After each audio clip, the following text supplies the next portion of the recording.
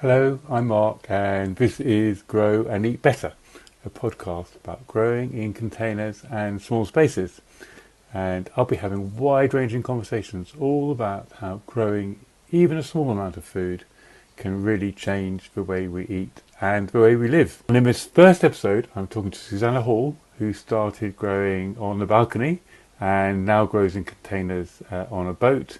And we'll be talking all about things that she's learned and how she got into container gardening, and also very exciting about the quails that she keeps on her boat as well. Well, hi Susanna, it's lovely to see you again. Um, could you start off by just telling us where you're growing at the moment and what you're actually growing as well? Well, at the moment, I'm living on a boat, and so I am growing. I've got various planters on the boat. I'm in that sort of in-betweeny time where I Mm, have some perennials, mm, which are kind of leafy perennials mm, mostly, and then I'm in that in-betweeny time where the sort of winter salads have finished, and mm, I'm a bit behind on getting my spring-summer salads into place. And mm, I'm also looking forward to planting sort of mini courgettes mm. and mini tomatoes and things like that as well. So, kind of getting ready for that. And at the moment, to be honest, I've got loads of violas, little Mm. pansies, which I love, and they're all yellow, and the boat's blue, and they look really good. So I like to have flowers and colour as well as all my, and they're edible flowers as well. So I add them to salads. I love violas, and it's one of those little things sometimes, even if you've just got violas and you make a salad and Yeah, you've got people round or something, having a few little violas dotted in there, yeah. they look so pretty. And you can even pick them in midwinter sometimes, which I find Yeah, I quite know, amazing. Yeah, exactly. quite amazing. So amongst all the plants you sort of generally grow, is there one which you find is the most useful? Well, that's hard, Hmm. obviously, because there's a lot of really Hmm. nice plants. I think that the one that I use the most is Welsh onions. Hmm. And the reason why is because I keep quails, so I eat quite a lot of omelettes or scrambled eggs or Hmm. whatever, eggs basically. I really like onions, and for some reason I'm hopeless at growing spring onions. I've seen your spring onions, looking really impressive. Mine, nothing. If I'm lucky, out of sowing a row, I'll get one spindly little leaf that kind of goes, and so, so I have to say I've given up. So, but Welsh onions I really like because the leaves are really oniony. And so I can just go out and pick some leaves, and they are around for most of the year. They obviously die off mostly over winter. But yeah, that I think that's probably my number one because I go to kind of pick those and then I can just chop them up in the omelette. And I really like that with some cheese. Mm. And they're so versatile. Having a little bit of onion, you can just pick it so versatile because you can snip it into a Exactly. salad or there's so Exactly. many, or stir fry, or so many different ways. Yeah. And do you grow, so I, excuse my ignorance, I have never grown Welsh onions. Do you grow them from seed or? No, I haven't. I mean, mainly because I get them from, there's a company called Herbal Haven, Yes. and they sell small plants Mm, for about, I think now they're about £3.60 mm, each, and they'll send them over to you, send them off to you. And I just find that's the easiest thing, especially being on a boat because I have hardly any space for mm, seeds. So, that's generally the way in which I'll get small mm, plants. They're bigger than plug plants. They're in nine mm. centimeter pots, but they're really excellent, I find. Great. I love So herbal haven. yeah. So one of the things I really wanted to talk about today was starting a garden because I know there's lots of people out there Hmm. who like the idea of starting a garden, but sometimes quite sort of don't know where to start or how to start. So I just thought Yeah. it'd be really interesting just to share your experience with that. I just wanted to begin with because I'm always interested in what makes people want to start growing in the first place. And I wondered, was there anything that inspired you or motivated you? Do you remember at all? Well, the thing is, I did gardening with my dad, which Mm, was a long time ago now, and he had a bad back, so he would make me dig the trenches for the potatoes, put the manure in, put the potato in, and then dig them back over because he couldn't really manage it with his back, or it wasn't a good idea. And I never really, after that, never really kind of, it wasn't like I was going, oh, I must garden or anything like that until I suppose about 15 years after I left home. And I moved into a house with a garden, and I just became completely obsessed. And and then I got an allotment, and then I got another allotment. So I kind of started growing, then moved on to a small holding. But when I moved back up to London, I really lost space. You know what I mean? I Mm. didn't have a garden. And then I moved into a flat with a balcony. And then it really took, small space growing where I really wanted it. It was like a kind of concrete jungle I looked out over, Mm. and you could hear the buses going along the road, nearby. And so I wanted a little oasis. Mm. And so then I packed the balcony full of plants. That kind of got me into growing in a small space. How do I maximize what I could grow for myself? Wonderful. And it's amazing, isn't it, how much a few plants on a concrete space can change the feel of a place. So one thing I really liked about when we started growing on the balcony in London is we started calling the balcony, well, it was always called the balcony, and then we started growing on it, and we started calling it the garden, even though it was a really tiny space. And I've noticed other people Yeah, do the same, and it yeah. it makes me feel a bit like that expression, you can have your cake and eat it. It's like, because I started going on my balcony because I just really wanted to basically have a massive garden, and I couldn't Yeah. Yeah, allotment. yeah. But I sort of felt like I had the best of both worlds because I love living in a city, and so that's really interesting. So when you started on your balcony, did you sort of did you just start with a couple of pots just to see how it would go, or did you go Mm, out and sort of really just go for it straight away? Because like go down.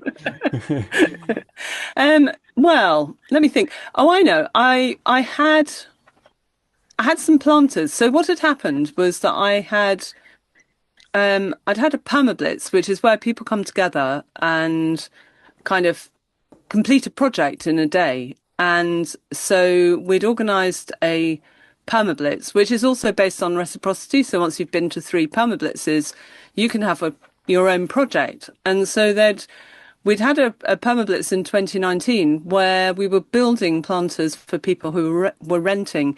They weren't just any old planters, they were planters with a water reservoir at the bottom, wicking planters. And with the water reservoir at the bottom, it meant that you could basically not worry so much about the water, the planter drying out in a day or so. So I had four of those when I moved into the flat in 2020, and so I started with them, and I filled them with perennials. I mean, filled them. There's not wasn't lots of space, but yeah. I had some things that I knew I would graze. Some herbs and things like that. I remember I put in lovage, and of course it was a tiny little plant from Yes. Herbal Haven, and Yes. suddenly it was like whoosh. Okay, not realistic. Yeah, you know. yeah. And then I got some troughs as well, and they had a really minuscule little water reservoir at the Mm. bottom, which didn't really count for lots. But I had these railings around the balcony, so I could hang them. They had a kind Mm. of holder, so I could hang them on both sides. So that gave me, I could grow in those at a Mm. higher level. And then I was doing some gardening for a client, and he had loads of terracotta pots, which he just didn't want it anymore. So I said, okay, I'll take some of those. And so I ended up with these terracotta pots with some of the plants still in there, actually. I had Mm. things like, I think you had a rosemary and geranium. And then I remember I got a small-leaved lime, which is normally an enormous tree. And I Mm. put that into one of the terracotta pots, and that was really nice because obviously it didn't grow very big. It was actually a suitable size. It was fine, but I could harvest the leaves, Mm. which are really nice. So yeah, so it was a kind of mishmash, to be honest. Gosh, yeah. Um, yeah, It's a so very interesting thing, having like a little lime tree. I'm sure that a lot of people listening mm. probably won't realize that the leaves of lime are edible. In fact, I have to admit, I've never tasted them myself. Do you have to eat the baby leaves, or can you eat them at You can eat. any? I mean, it depends who you are. So I've Yeah, got a friend of mine who eats twigs. You know what I right. mean? She's like, she quite happily live in the woods and eat Yes. twigs. It's not my thing. I'm Yeah. not. I'm Yeah. probably a bit, wet like that. Yeah. So I prefer the younger leaves. But Mm. I think the other thing that I really like is harvesting a wide range of leaves that I then chop up finely and put them Mm. in the salad. So then I've got a real mix of different flavors, and so lime leaves would go in like that. But they're nice enough that you can have a bit more bulk, if you know what I mean. You Yeah. can kind of, they're not a really strong taste like mint or Mm. fennel or something like that, where if you have lots of that, it will just overpower everything else, Definitely. you know. I think So that's one of the really nice things about growing your own salad, isn't it? Is that you can often like add in lots of little bits of different yeah, leaves and they look really I beautiful as know. well Yeah, sometimes compared to the average. I mean, you just can't buy. Again, it also just lends itself really well to fresh picking, doesn't it, salad? So yeah. I always think that's really one of the very best things. Mm. Um, and sort of looking back on it, is there anything, if you were like starting again, balcony or something like that again, is there anything you would do differently now from what you did then? Any sort of particular lessons that you learned? Well, I mean, I would definitely, the terracotta pots would just dry out in Mm, next to no time, and I couldn't really keep them watered. mm, And so it made such a difference having these planters, which were about 40 centimeters square. mm, They weren't that big. But having those with the water reservoir just made a massive difference. And it basically just meant that I could, fill them up with water. And the plants, it was really noticeable. The health of the plants was so much better because they had, water more regularly than the terracotta pots. And it's really hard because with terracotta pots, they sort of dry from the outside. And mm, so then what happens when you water them is all the water runs down the outside. So yeah. to get them really well soaked, if you have dried them out, that's quite tricky.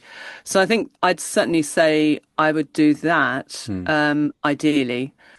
I mean, Mm, it's really interesting this with water reservoirs because I was really big into water reservoirs when I started off, mm, and I still am, except for the fact that I found for a lot of people, well, for a start, they're quite hard to buy good ones, and also it's quite hard to make your own. So I haven't, and also because I'm up north now, yeah, no, I you don't don't need think, to worry. well, it's less.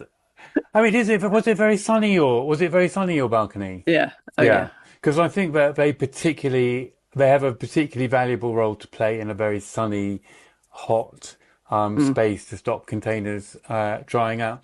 But I love your permablitz thing where people come together because I mm. think that doing that sort of project, like making water reservoirs, is much more fun if you've got a group of you and if someone knows how to do it than if you're doing it on your own. So if anyone listening who if fancies the idea of creating that sort of garden with homemade water reservoirs, then getting involved. If you can find out about your local permblitz or something, would be a great way It to does. way to Mm. do it. Yeah, I mean, it makes a massive difference because they are quite a lot of work. and just in terms of practicalities, one of the things that I think is sometimes a little bit confusing for people who are thinking of starting is that everybody was this sort Mm, of mad rush of everyone sowing things on Instagram and Facebook and things like that early mm. in the spring. And I always sort of a bit worried that everyone feels like, and I often people come to my workshops and say, "Oh, I'm too late to grow this year." But from your experience of helping people to grow, when would you say are the best times of year to actually start growing food? I would say anytime. Mm. I just think get started. And I Yeah, think that there is a period between November and February where plants won't really grow because there's so little light. And if you want to start then, I would say, well, grow some microgreens indoors. And now you can buy these lights, grow yeah, lights that are really cheap. And if you've got the space and they're not going to, annoy you or anything, mm. I think those are really handy, especially if you're in a small space. And they're handy also to get seeds started Yeah, indoors. But I would say grow a microgreen garden, because you could actually get a container and go, okay, well, I'll have some pea shoots in the middle and mm. then I'll have some, purple basil around the outside. And, Mm. so you could actually create a microgreen garden with lots of different colors, lots of different plants or seeds, seedlings or whatever. And I think we'll get started with that. And the really good thing about that is that then you've got very, very nutritious, healthy greens, fresh greens, to eat. And also you go, okay, oh, they grew, because I think what I have found is people go, oh, they're just amazed when they plant a seed Yeah. and the seed germinates and suddenly you've got a seedling and they're like, how did that happen? You Yeah. know, which obviously is not down to us as such, but nonetheless, you know, I think people get quite surprised that it might be possible that that could be the case. And so I Mm. think if someone's completely new and it's winter, get started with that. And then other than that, you can get started at any time of Mm. year between, you know, March and September, all good times for planting salads and, you know, buying some plants and putting them in if you're growing something which is going to come back year after year. Get going with that as well, you know. And so, yeah, I'd say anytime. Definitely. And that's, I love the idea of the microgreen garden with lots of different colours Mm. in it. And there's so many benefits of microgreens because they're sort of really productive in a small space. As you say, they grow really quickly. The other thing I really like about them is that one of the things about growing, I think, is quite difficult. For example, growing tomatoes, you have one chance every year to grow tomatoes. And if you grow them for Yeah, 6 months and then yeah, they fail, you have to wait another year. Whereas microgreens are great yeah, because you can grow one lot. If they don't work very well, a couple of weeks later, you grow another lot. So you can actually yeah, learn and you get to see that some seeds come up quicker than others. I mean, radish, you can grow radish in, I just did a workshop the other day. People were growing radish seeds in 5 days and they couldn't believe that they'd be ready to eat in 5 days. So, no, that's great. I do That's great. think, yeah, I mean, you're dead right. I do think though there is a kind of slight madness that I have also come across where people go, "Oh, it's June, let's start tomatoes," and I'm like, that ain't gonna work. You know, I mean, obviously it'll go against me, and you know, someone will get some tomatoes, but Yes. mostly, you know, when you get self-seeded tomatoes as well, you Yeah. know, you suddenly, for some reason, have a tomato that pops up in Yeah. June, and you know, you've got a Mm, tiny little plant, and mm, people go, "Oh, I'll create some space and plant that on," yeah. and I'm like, Yeah. realistically, it's You probably won't. probably not. You can buy a You know, large for if you want. Yeah, tomatoes, if you want to grow tomatoes in June, you can buy a large tomato plant from somewhere, a yeah, well-established one, exactly, and that will work yeah, well. But yeah, as you say, yeah, there's some things you can push, and some things yeah, that and some things you not can't really. push. Mm. You can't push very well, and I think one of the challenges for people often is getting compost or knowing what compost to buy. Do you have any thoughts Oh on yeah, that? Yeah. yeah. I think that's a big issue Hmm. actually, because one of the places that I work bought some compost last year Hmm. and it wasn't finished. It was still quite smelly, and I think it was, might even have been described as being organic.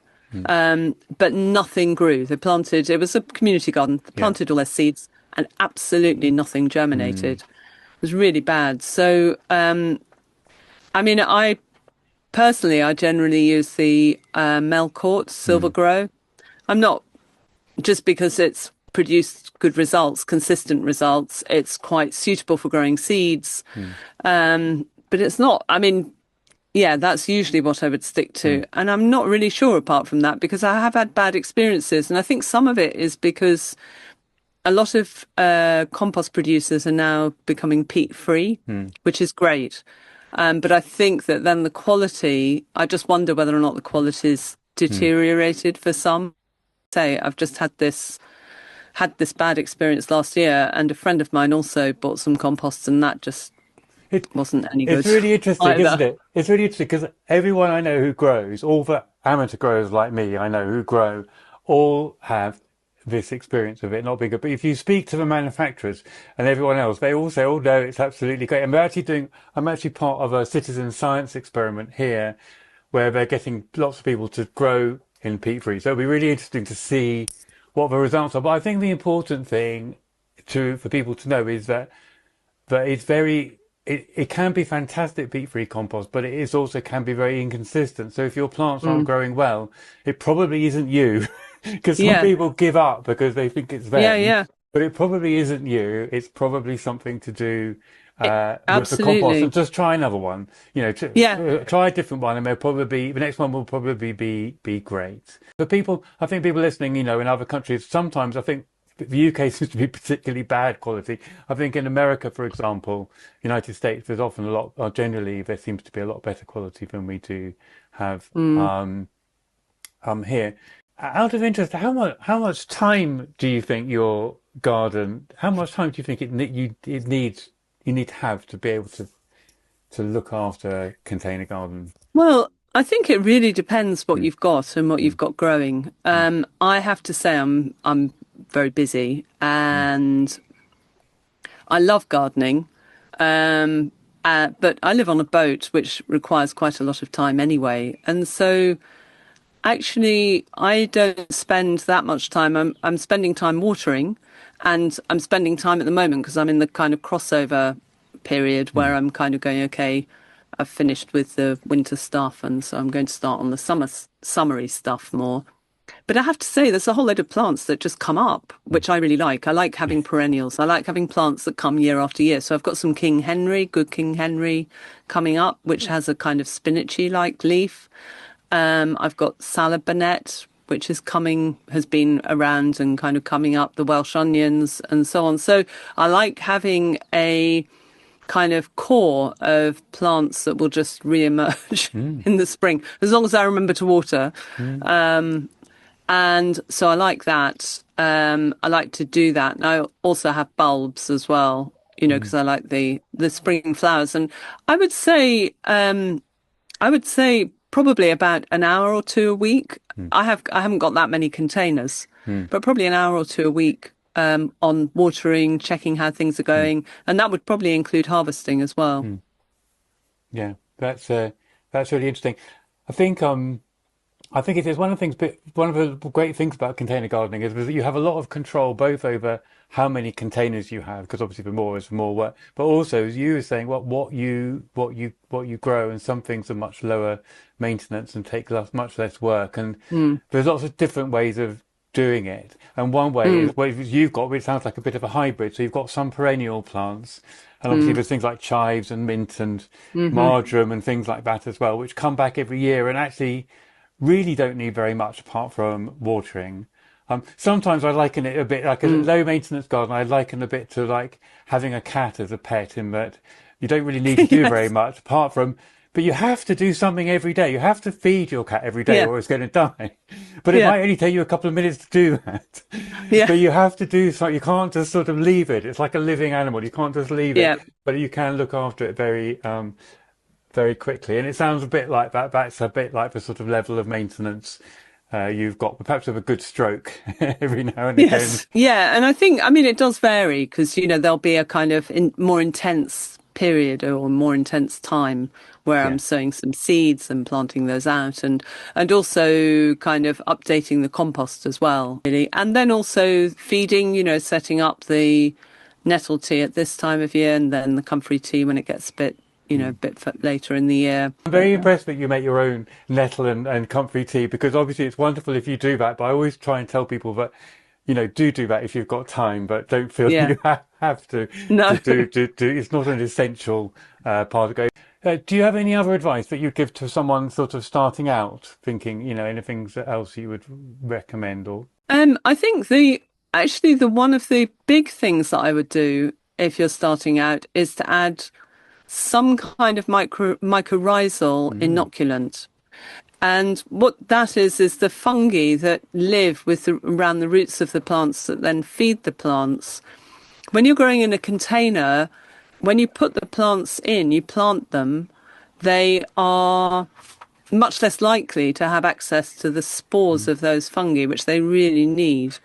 And so for me, I am fairly, consistently will add some kind of inoculant. And that could be just some soil from a nearby woodland, mm, just a handful of soil, which will likely have those spores. mm, It just means that I think that gives the plants a much better start. And it, because especially if you're using soil that you've bought that's sterilized. mm, So the kind of the all those tiny creatures will all have been killed by the sterilization mm, process. Not completely. I mean, they're everywhere, so they'll come back into the soil. mm, But I think some way of, adding some soil from somewhere else or even buying some inoculant, you can buy like different mm, varieties of inoculant.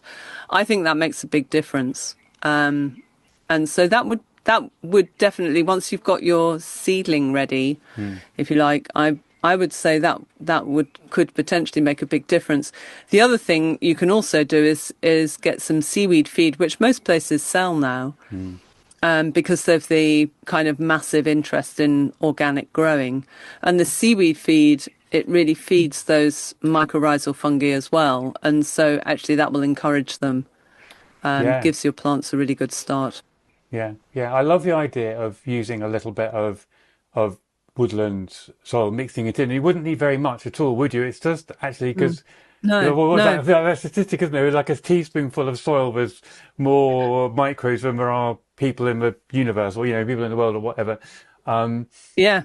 so just adding a tiny bit will just actually introduce them in there. I mean, if you Hmm. use the seaweed, so you don't need to go harvesting huge bucket loads of woodland soil, but just the odd No, handful. no, definitely The not. odd handful. And I Yes. always suggest people add that if people have a wormery, I always suggest people add a bit of woodland soil to a wormery because Yeah. that has a similar result. And also, I think you're growing much more sort of naturally, aren't you, Yeah. um, when you do that. So I'm interested in one of the things I'm always interested about with sort of growing at home and in containers is what the sort of wider sort of benefits are of it and what people get out of it. And I was just think from your personal point of view, obviously you're still doing it after a while. What are for you are the main benefits of growing? Well, I think there's something magical about seeing, Mm, you know, the sort of sprouts mm, emerging after you've planted seeds. mm, And I'm always checking, when I've planted some seeds, I'll check every day, and I get mm, really excited when I start to see them. And I think that's just fantastic. And then I think that it's also the case. I mean, I think our lives should be organized around our food, and not completely, but, that's really central. And I think it's a real shame that we've become so divorced from mm, growing food for ourselves to eat. And so I think it's strange because I grow so little of what I eat mm, relatively in the containers that I've got. But it still makes a difference. It still makes mm, a difference that I can go out for breakfast, pick some leaves, make an omelette, mm, and I've actually, the eggs are from the quails. Obviously, I didn't grow them, but they're sort of part of my family, I suppose. And then I've got the leaves from the containers, and I've taken care of those and supported those in growing. And so yeah, that little thing makes a mm, difference in my life, basically. And it's having that relationship, I think, certainly on one level. And I think the other thing is, I just think that the having plants around you it's just lovely, mm, and I think that, being in a city, then that really, it's sort of, in a way, it's weird because, especially if you're somewhere where there really isn't much greenery, you're sort of in this kind of concrete jungle, which is fine insofar as it is what it is, but it's also, it's a very, very cut off from, I think, where where life should be in mm, lots of ways, and where, how we really should be living mm. in, I would say. I absolutely love that. And Good. I just realised you mentioned quails. We haven't talked about your quails. We have to. I know we're just about gardening, but you're the only person I know who keeps quails. So you've got to tell us about your quails because we should definitely do something about quails at some point. Yes. Definitely you should. I'm a bit of an evangelist, I have to say. Great. So a friend of mine, I didn't know anything about keeping quails, but a friend of mine from America, she said, "Oh, I can't understand why more people in the city don't keep quails because they don't need much space, and they have great eggs and everything." And I looked into it and discovered that it did, it was, I could do it, I could Mm, keep them. And this was when I had my balcony. And, and so I went out and bought a secondhand rabbit hutch and got the gear. I mean, it's just a food container and, a water supply and all that kind of thing. And found a quail breeder in London, in Hendon, and bought a family of quails. And you basically keep quails in families. So you have the male, the mm, cock, and then you have three ladies. And the cock basically takes care of the ladies, mm, and the ladies obviously lay eggs. And generally speaking, they all kind of, get along. And so I kept them in the rabbit hutch on my balcony. Wasn't a big hutch. And I would open the door in the morning and they would they were up off the ground. And so they had a sort of wooden sort of bit that they would slide down on their bottoms onto the balcony floor. And then they would root around and, you know, sort of sunbathe and what have you. And then at night I would go out and they'd just totter back into their hutch and I'd shut the door again. Wow. Obviously it was covered Yeah. so that they couldn't be taken by any birds and that. Yeah. But yeah, I love them and actually I stopped buying eggs. So all the Amazing. eggs that I needed, they laid. And I like them because they each have their own personality. Right. So when you look at, birds, you kind of go, oh, yeah, they're birds, and Yes. they've got this, bird-like feet and everything. Hmm. But they're all different, Hmm. So one of the quails that I had, she was called Beatrix, but I also called her Mo because every time she was about to lay an egg, she would kind of run a marathon around the hutch. So she was like Mo Farah. So Yes. literally became like just zooming around until Right. she'd laid her egg.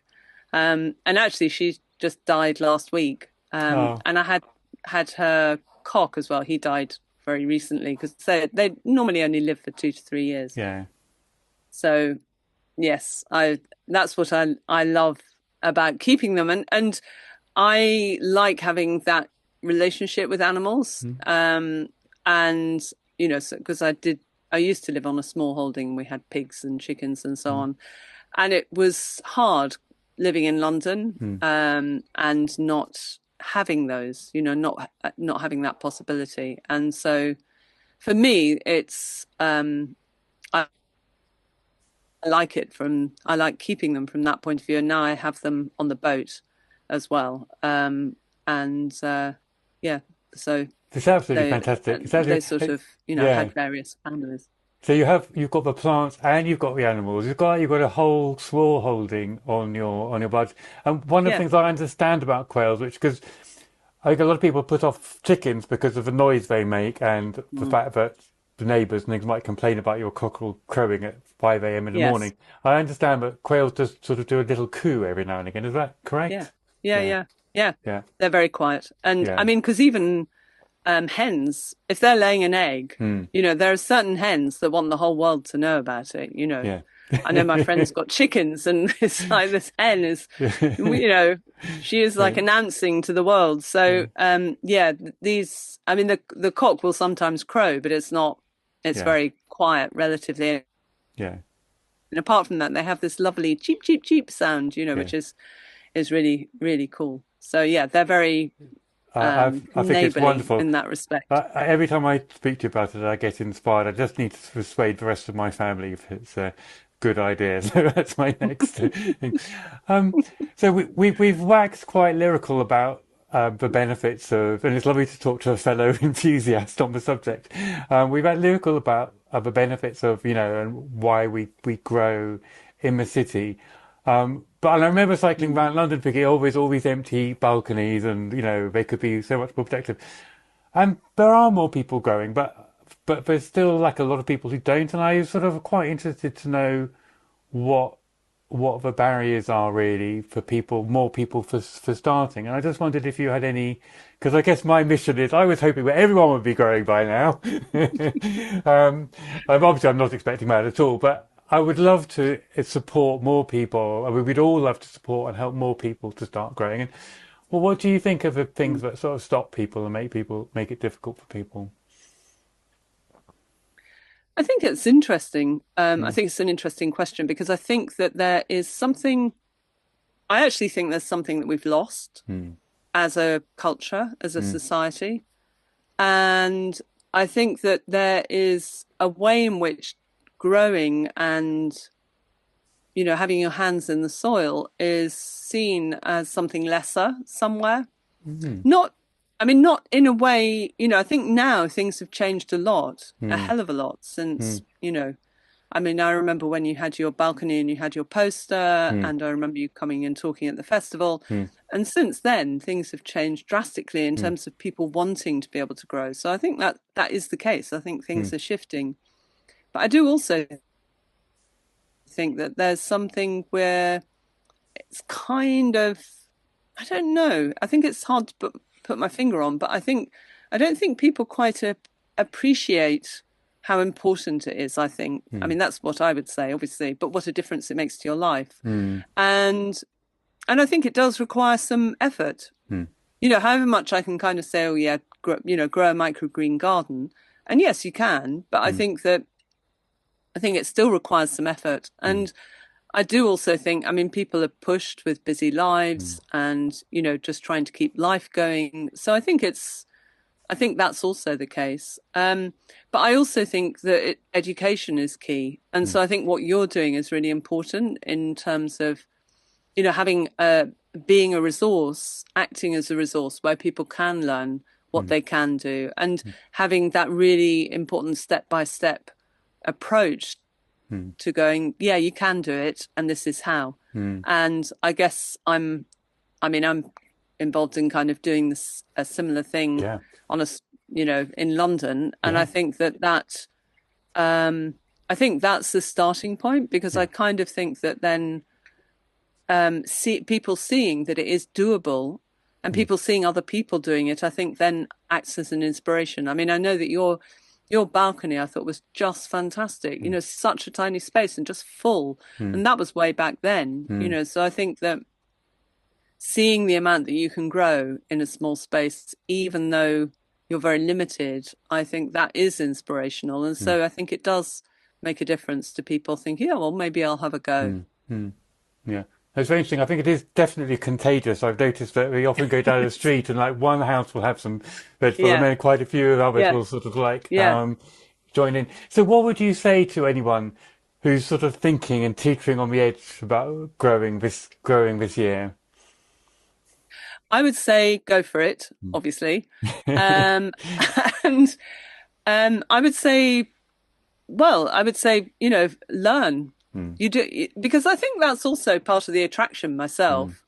I think that learning is not it's not a barrier, and I mm, think that it's actually a benefit mm, because I think that making that effort is really satisfying because mm, actually you learn what the plants need, you learn who the plants are, mm, and you learn how to start growing. And so and you learn all sorts of tips and tricks. And once you start down that road, I have to say, I think it becomes, mm, it becomes really sort of engrossing and engaging and, mm, something you just want to learn more and more about, I think. mm, So I would say do that and find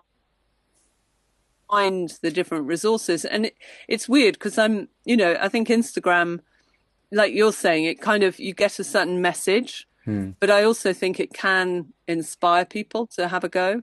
I think Yeah, though that then you want to find more substantial sources as well, yeah, so that actually you really, because I think that also when you think about wanting to get to know another person, you find out about them and you mm, learn about them, you learn about their life, you learn about what they're like. mm, And I think you take the same approach to the plants mm, and learn about where they came from, learn about how they grow, what do they like when they grow, when do they grow, how mm, long do they take to grow, mm, all that. I think that I think that's really really satisfying. mm. And so it doesn't matter if you only start with three plants, Yeah, go for it and learn yeah, all about them, yeah. and learn about the soil and learn Yeah. about who lives in the soil and Mm, what's the relationship between the mm, creatures in the soil and the plants and the pollinators and the plants mm. and so on. That's really interesting. I often say to Mm. people, one of the paradoxes of growing is that actually the basics are quite simple, so you don't really need to know very much to Hmm. start, but you can keep learning for the rest of your life. And you'll never. I mean, you meet Yeah, a chili grower, for example, and he'll say, "Oh, I'm only just learning about chilies," even though he's been growing chilies for 30 years or exactly. whatever. There's always more to learn. It's sort of interesting to know how, because there's lots of different ways to learn, aren't there? So there is Instagram and other social media, people's blogs. Um, and then there's also things like sort of local groups, aren't there? There's the Permaculture Hmm. Festival, but for anyone living in London, the Permaculture Festival in London is a wonderful, one of my Mm. all-time favourite events. Hmm.